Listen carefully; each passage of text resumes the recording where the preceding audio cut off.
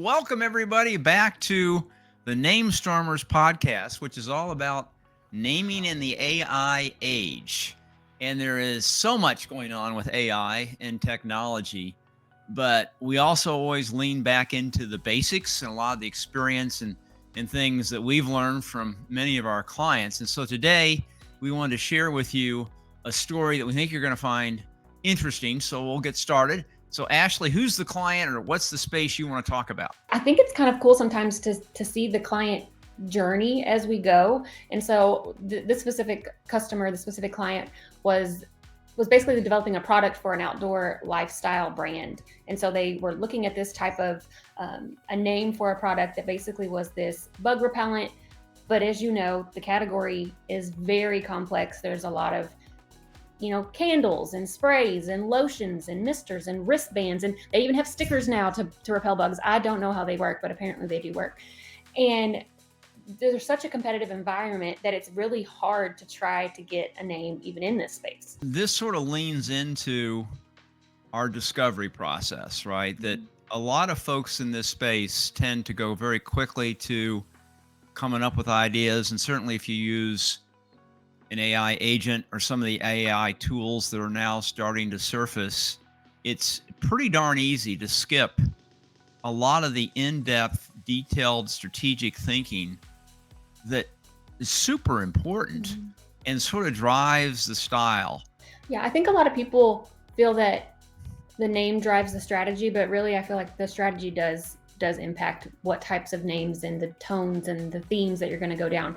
And so really what we wanted to do was in the discovery process, figure out what makes their product different. How are you different than all the other ones in this competitive set? Is it, that you have better ingredients, that you have a different type of solution, that you have a specific price point, even down to how is the product going to be used and where is it going to be found? You would think that they would think of these things ahead of time, but sometimes they don't. And it's kind of a light bulb moment that comes off.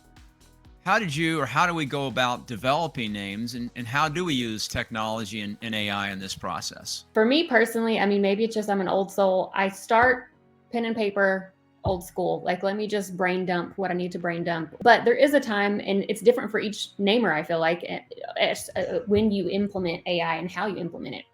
I recently went to a luncheon and it was about AI in business and how to use it. And I thought the analogy was great. It was that AI is like an intern. Like you can't just plug it in and say, go. It has to be trained on how to do things a certain way. And the better you train an intern, the more efficient they'll become. Specifically in this category of like insect repellent type stuff, they want a short, real word name. And just all of those are taken. There's just not... I went to a trademark screening webinar and they talked about how there are 85 million trademarks globally. And if you think about that, and they said that tripled in the last 10 years. And it's only going to get, with more of the globalization of our society, it's only going to get worse. And so trying to get AI to come up with really names that sound like something but aren't really something, or trying to change letters here and there. It's still a craft, I think, in itself, even when you get AI results. I don't know about your AI process, Mike. One of the challenges is really understanding how to best use it and where it falls short. And that 85 million trademark data point is a great example. AI builds off the data you feed it. It doesn't come up with new ideas or new names that haven't been out there in the past. Now, it may in the future, right? The truly generative AI stuff that is being talked about now might have that capability, but we haven't seen that. So using AI to maybe get you headed in a particular direction you hadn't originally thought of, or helping you get some ideas that maybe your internal brainstorming session or your team didn't come up with, is maybe a good starting point. It might come up with the diamond in the rough, but it still requires some wordsmithing and some good old-fashioned human creativity to make that name really pop. When we made the first presentation, how do we facilitate the discussion? What do we give the clients, sort of guide them down the right path? We typically start with, and I feel like maybe it's the teacher in me, like, okay, here's the ground rules. Here's where we are. This is how this discussion is going to go.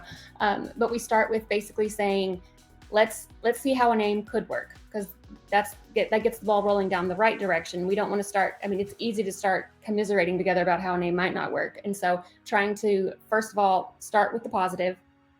Also, if they have questions, feel free to ask questions, but we want to take the feedback off until the very end. At the end, after we present names, we have an anonymous poll. And I think that's been a really good thing that we've started doing, where you get everybody's kind of gut reactions. And I think that's been kind of helpful, especially if you have a lot of people of different levels of seniority in the room. And so everybody feels a little bit like we're on a level playing field when we're voting. I think also for this specific client that we're talking about, seeing the visual context of what it would look like, because they oftentimes, especially if it's a product, they'll have some kind of mock-up. And if we try to take that and help make it look like what the name would be on context, they were like, oh, this name needs to be significantly shorter because it's not going to fit on the package the way we want it to, or we need to redesign how we're going to package it. And so just some things that you just don't think about on the front end of stuff. Even the most brilliant names or the most obvious names won't shine and sparkle without that, right? But when you drop a name on the package, when you put the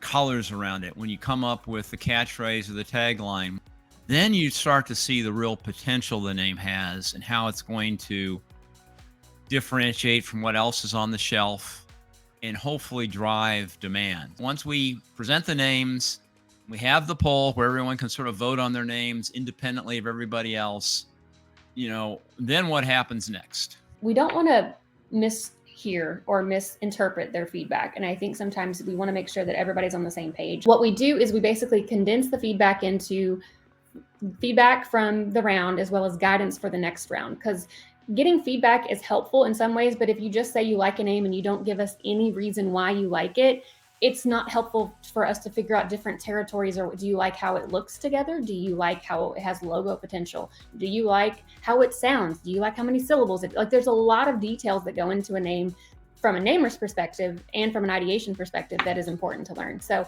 what we do then is we compile feedback, we get their okay on, does this feedback look correct to you? Is this the correct guidance? And then we use that feedback to really go back to the drawing board and go through more ideas specifically for that next round of screening. With this specific client, we ended up going another round, but they found that they wanted those shorter words, and those shorter words were not super available. So we had to really lean into coined changes that leaned into something that they wanted to lean into. We end up really having some conversation with the clients at the end, because there's still if you give a handful of names, they're kind of like deer in the headlights. Okay, unless they've done this and they're a huge company and they know the routine, it's okay, now what do I do with these? And so basically what we do is we ask them to, okay, let's take these top favorites. We suggest you screen them with your legal. You have your legal screen them and do that due diligence, that full screening. And then if you want to have any conversations, if you'd like us to talk to your legal about what we found on our end, we're happy to do any of those. I think the nice little bow that's wrapped on the naming ebook gift, I guess you could say, would be the ebook, where we basically take all the deliverables we've given them over the course of the project. And so there's a lot of emails that have been back and forth. And so instead of having to find and sift through all of those, we compile it all together and we send it in one nice little packaged bow. And so how did we end up with on this one? They liked the names. Okay. TBD. We don't know, but stay tuned. Once we know, we'll let you know. We try to stay up to date on a lot of stuff. And one of the books that came out recently that we found worth recommending, and we don't do this very often, is by Leslie Zane, and it's called The Power of Instinct. And one of the statements she makes in there, I think, is really insightful and worth remembering. What you sell is not the same thing as what you market. And so you think about bug spray. What you might be marketing there is that event outside on your patio with friends and family after the football game, and the barbecue's wonderful and everybody's having a good time, and you just don't have to worry about, bugs flying around and biting the kids or causing, distractions and all that kind of stuff. What you're selling, right, is an insecticide that you put on your skin, or perhaps in the case of candles or other things, that wafts around you. Sometimes, depending upon the environment and the strategy, you want a name that leans more into the functional aspects, what you actually are selling. But often the best names are more about what you're marketing, that experience, that higher order benefit. Not always a right or wrong answer. Hope you guys have a great rest of your week, and we'll be back in a couple of weeks with another podcast about naming in the AI age. Thank you all. Awesome. Thanks. Bye.